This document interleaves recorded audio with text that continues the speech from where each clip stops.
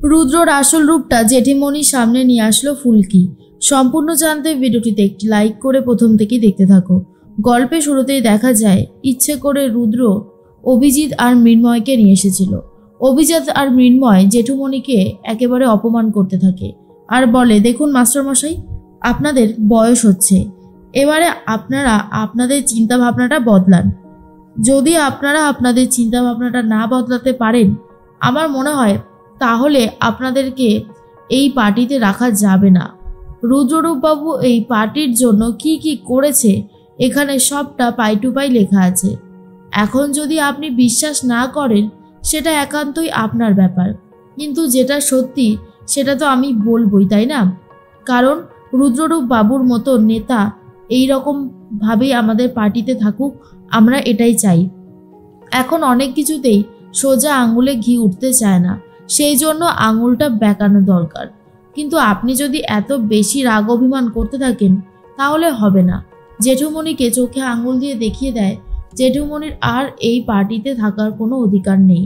এরপরেই সবাই মিলে বেরিয়ে যায়। আর তখন জেঠুমণি খুবই ভেঙে পড়েছে।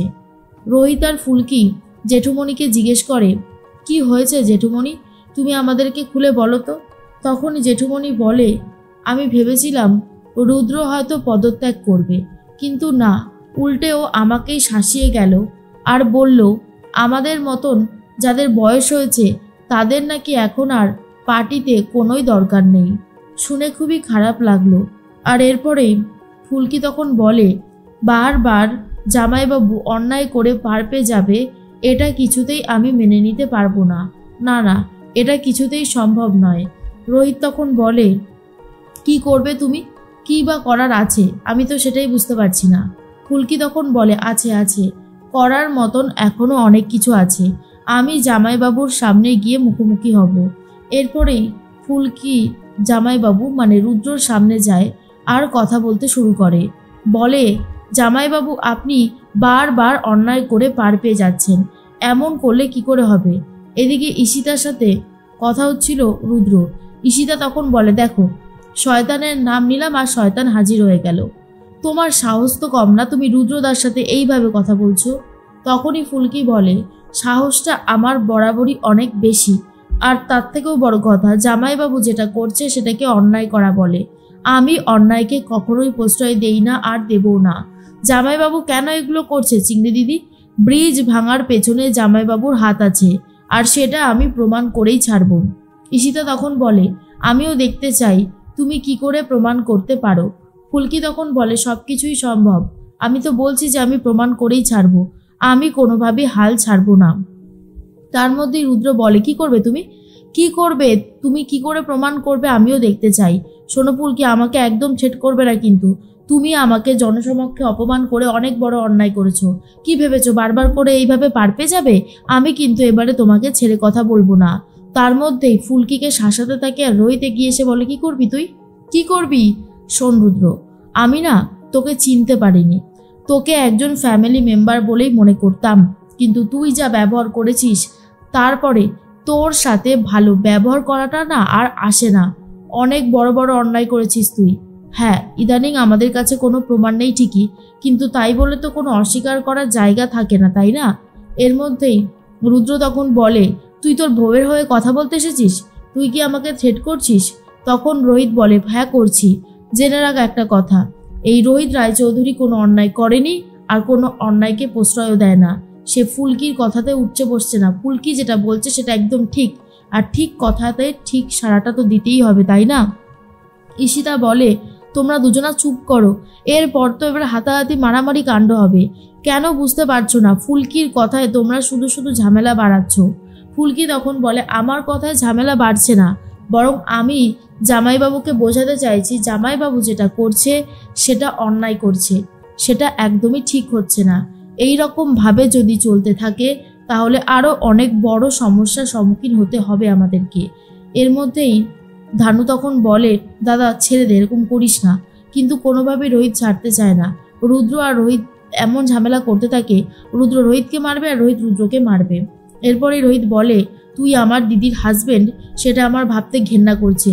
তুই আজ যেভাবে জেঠুমণিকে অপমান করেছিস এর শাস্তি তুই একদিন পাবি, কথাটা ভালো করে মিলিয়ে নিস। তখনই রুদ্র বলে, যা যা, দেখে নেব কি হয় আর কি হয় না। আমাকে এসব বলতে আসিস না, আমি জানি আমাকে কি করতে হবে আর কি হবে না। এর মধ্যে অরুণা বলে, চুপ কর, তোরা দুজনেই চুপ কর রোহিত, একদম না। এরপরেই রুদ্র বাড়ি থেকে বেরিয়ে যায়। আর অরুণা তখন বলে, রোহিত মাথা ঠান্ডা কর, এইরকম ভাবে চলে না। ফুলকি তখন বলে, স্যার আপনি চিন্তা করবেন না, মা কালী এই অন্যায় কিছুতেই বরদাস্ত করবে না। জামাইবাবু যেই অন্যায় করেছে সেই অন্যায়ের শাস্তি জামাইবাবু পাবেই।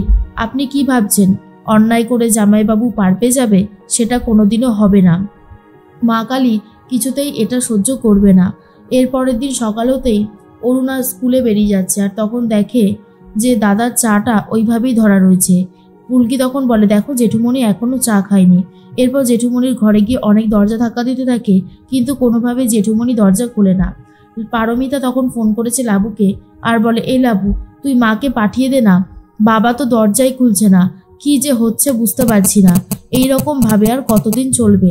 লাবু তখন বলে, বিশ্বাস কর পারো, আমি সবসময় চাইছি মা যাতে চলে যায়, কিন্তু মা যদি আমার কথা না শোনে তাহলে আমি কি করতে পারি তুই আমাকে বল। তবুও আমি চেষ্টা করছি। রোহিত ফোন করে বলে, তুই যেভাবেই হোক জেঠিমণিকে পাঠা। ফুলকি তখন বলে, এইভাবে কোনো কিছু সম্ভব নয়, আজ এসপার নয় ওসপার হবেই। এরপর ফুলকিরা সবাই মিলে চলে গেছে লাবুর বাড়িতে। তখনই ফুলকি জেঠিমণিকে বলে, জেঠুমণির অবস্থা ভালো না, এই রকম ভাবে চলতে থাকলে জেঠিমণির, আমি বারবার বলছি জেঠুমণির কিন্তু শরীর খারাপ হবে। এ নাও স্কেল, আমাকে যত খুশি মারার মারো, তাহলে তো আমার ওপর থেকে রাগ সরে যাবে। কিন্তু তুমি জেঠুমণির সাথে এই অন্যায়টা করো না, জেঠুমণি সহ্য করতে পারছে না। এই বিপদের দিনে তোমার জেঠুমণির পাশে থাকাটা খুবই দরকার।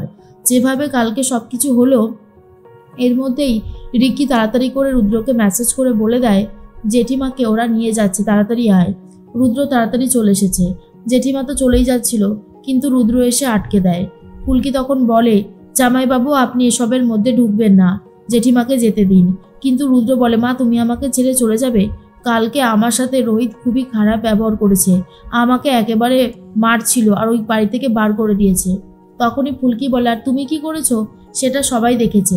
পারমিতা তখন বলে, মা আমি বলছি, কালকে বাবা অনেক দুঃখ পেয়েছে, পার্টির লোকজনকে নিয়ে এসে রুদ্রদা বাবাকে অপমান করিয়েছে। বাবাকে বলেছে বাবাদের মতন বয়স্ক লোকদের নাকি পার্টিতে আর কোনো জায়গা নেই। ফুলকি শুধু জবাব চাইছিল কেন এইভাবে বাবাকে অপমান করা হলো। তারপর রুদ্রদাও ফুলকির সাথে খুবই খারাপ ব্যবহার করছিল, আর সেটা দেখার পরেই ভাই প্রতিবাদ করেছে, রুদ্রদা তোমারও উচিত হয়নি এইভাবে ফুলকির সাথে ব্যবহার করাটা। আর এরপরেই রুদ্র চুপ হয়ে যায়। জেঠিমণি তখন ভাবে কি করবে, কিন্তু ফুলকি অনুরোধ করায় জেঠিমণি রাজি হয়েছে রাজচৌধুরী বাড়িতে ফিরে যেতে।